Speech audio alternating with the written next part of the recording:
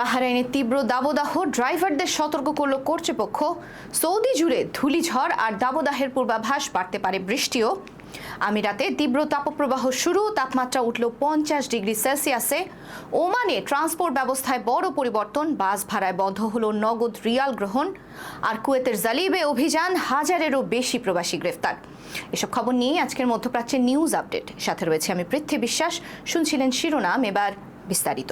বাহরাইনে তীব্র গরমের কারণে আবারও বেড়েছে গাড়িতে আগুন লাগার ঘটনা। তাই দেশটির স্বরাষ্ট্র মন্ত্রণালয় চালকদের জন্য জরুরি সতর্কতা জারি করেছে। কর্তৃপক্ষের মতে, অতিরিক্ত তাপমাত্রা, গাড়ির বৈদ্যুতিক ত্রুটি, ইঞ্জিন অতিরিক্ত গরম হয়ে যাওয়া এবং রক্ষণাবেক্ষণের অভাবই এসব গাড়িতে আগুন লাগার প্রধান কারণ। এছাড়া perfume, hand sanitizer, lighter, aerosol can, power bank বা মোবাইল ফোনের মতো দাহ্য ও চাপযুক্ত জিনিস গাড়ির ভেতরে রেখে দিলে ঝুঁকি আরও বেড়ে যায়। স্বরাষ্ট্র মন্ত্রণালয় চালকদের সকল সময় গাড়িতে কার্যকর ফায়ার এক্সটিংগুইশার যন্ত্র রাখার পরামর্শ দিয়েছে। পাশাপাশি নিয়মিত গাড়ির ইঞ্জিন, কুলিং সিস্টেম, বৈদ্যুতিক সংযোগ এবং তরলের মাত্রা পরীক্ষা করারও আহ্বান জানানো হয়েছে। গাড়িতে আগুন লাগলে আতঙ্কিত না হয়ে নিরাপদ স্থানে গাড়ি থামিয়ে ইঞ্জিন বন্ধ করতে হবে। যাত্রীদের নিরাপদ স্থানে রাখতে হবে। গাড়িতে আগুনের মাত্রা বেশি হলেও কোনো অবস্থাতেই গাড়ির বনেট খুলতে নিষেধ করেছে কর্তৃপক্ষ, কারণ এতে অক্সিজেন ঢুকে আগুন আরও দ্রুত ছড়িয়ে পড়তে পারে। এদিকে দিয়ার আল মুহাররক এলাকায় দুটি গাড়ির সংঘর্ষের পর একটি গাড়িতে আগুন লাগে। তবে স্বস্তির বিষয়, এখন পর্যন্ত এই ঘটনায় কেউ হতাহত হননি।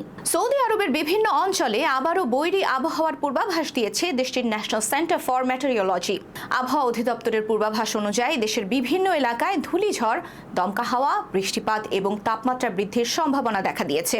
এর ফলে অনেক এলাকায় দৃষ্টিসীমা কমে যেতে পারে এবং সড়ক চলাচলে সমস্যা হতে পারে। বিশেষ করে জাজান, আশির, আল বাহা এবং মক্কা অঞ্চলের কিছু অংশে বজ্রসহ বৃষ্টির সম্ভাবনা রয়েছে। অন্যদিকে পূর্বাঞ্চল, রিয়াদ, মদিনা এবং নাজরান অঞ্চলে ধূলিঝড় ও গরম আবহাওয়ার প্রভাব বেশি থাকতে পারে বলে জানানো হয়েছে। কর্তৃপক্ষ সাধারণ মানুষ এবং যানবাহন চালকদের অপ্রয়োজনীয় ভ্রমণ এড়িয়ে চলার পরামর্শ দিয়েছে। পাশাপাশি ধূলিঝড়ের সময় গাড়ি চালানোর ক্ষেত্রে সতর্ক থাকতে এবং আবহাওয়ার সর্বশেষ আপডেট অনুসরণ করার আহ্বান জানানো হয়েছে। সংযুক্ত আরব আমিরাতে শুরু হয়েছে বছরের সবচেয়ে কঠিন গরমের সময়। দেশটির বিভিন্ন অঞ্চলে তাপমাত্রা পৌঁছে গেছে প্রায় 50 ডিগ্রি সেলসিয়াসে। আবহাওয়া বিশেষজ্ঞদের মতে, মধ্যপ্রাচ্যে গ্রীষ্মের সবচেয়ে তীব্র পর্যায়ে প্রবেশ করেছে উপসাগরীয় অঞ্চল। এই সময়ে প্রচণ্ড গরম, শুষ্ক বাতাস এবং তীব্র রোদের কারণে জনজীবনে বাড়ছে ভোগান্তিও। বিশেষ করে দেশটির অভ্যন্তরীণ মরুভূমি এলাকাগুলোতে তাপমাত্রা 50 ডিগ্রিরও উপরে উঠতে পারে বলে সতর্ক করা হয়েছে। উপকূলীয় এলাকায় তাপমাত্রার পাশাপাশি আর্দ্রতার কারণে গরম আরও বেশি অনুভূত হবে। বিশেষজ্ঞরা এই সময়ে বাসিন্দাদের দুপুরের তীব্র রোদ এড়িয়ে চলা, পর্যাপ্ত পানি পান করা এবং বাইরে কাজ করার সময় অতিরিক্ত সতর্ক থাকার পরামর্শ দিয়েছেন। গাড়ি চালকদেরও সতর্ক থাকতে বলা হয়েছে।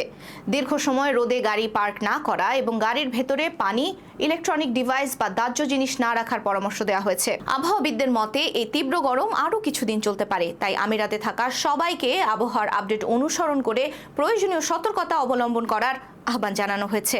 ওমানে 1 আগস্ট থেকে বেশ কিছু নতুন পরিবর্তন কার্যকর করা হয়েছে, যা দেশটির নাগরিক এবং প্রবাসীদের দৈনন্দিন জীবনে প্রভাব ফেলতে পারে। সবচেয়ে বড় পরিবর্তনের একটি এসেছে পাবলিক ট্রান্সপোর্ট ব্যবস্থায়। এখন থেকে ম্যাসক্যাট এবং সালালা শহরের মাওয়াসালাত বাসে নগদে ভাড়া দেওয়ার ব্যবস্থা বন্ধ করা হয়েছে। এর পরিবর্তে যাত্রীদের ডিজিটাল পেমেন্ট পদ্ধতি ব্যবহার করে ভাড়া পরিশোধ করতে হবে। এছাড়া ওমানের ট্যাক্স অথরিটির ইলেকট্রনিক সেবায় নতুন লগ ইন ব্যবস্থাও চালু করা হয়েছে। 1 আগস্ট থেকে অনলাইন ট্যাক্স সেবা ব্যবহার করতে হলে ব্যবহারকারীদের কিউআর ডিজিটাল আইডেন্টিটি অ্যাপের মাধ্যমে পরিচয় যাচাই করতে হবে। নিরাপদ ডিজিটাল ব্যবস্থা নিশ্চিত করতেই এই পরিবর্তন আনা হয়েছে। কর্তৃপক্ষ ব্যবহারকারীদের আগে থেকেই কিউআর অ্যাকাউন্ট অ্যাক্টিভ করা এবং প্রয়োজনীয় প্রযুক্তিগত প্রস্তুতি সম্পন্ন করার পরামর্শ দিয়েছে।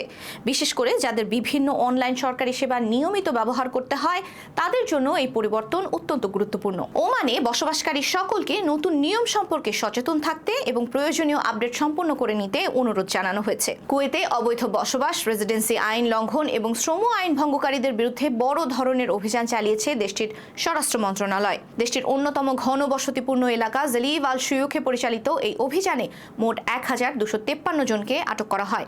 আটক ব্যক্তিদের মধ্যে রেসিডেন্সি আইন ভঙ্গকারী প্রবাসী, বিভিন্ন মামলায় অভিযুক্ত এবং আইন লঙ্ঘনকারী ব্যক্তিরা রয়েছেন। কর্তৃপক্ষ জানিয়েছে, অভিযানের মূল লক্ষ্য ছিল অবৈধভাবে বসবাসকারী ব্যক্তিদের শনাক্ত করা, ভিসার শর্ত ভঙ্গকারীদের বিরুদ্ধে ব্যবস্থা নেওয়া এবং শ্রম বাজারে অনিয়ম নিয়ন্ত্রণ করা।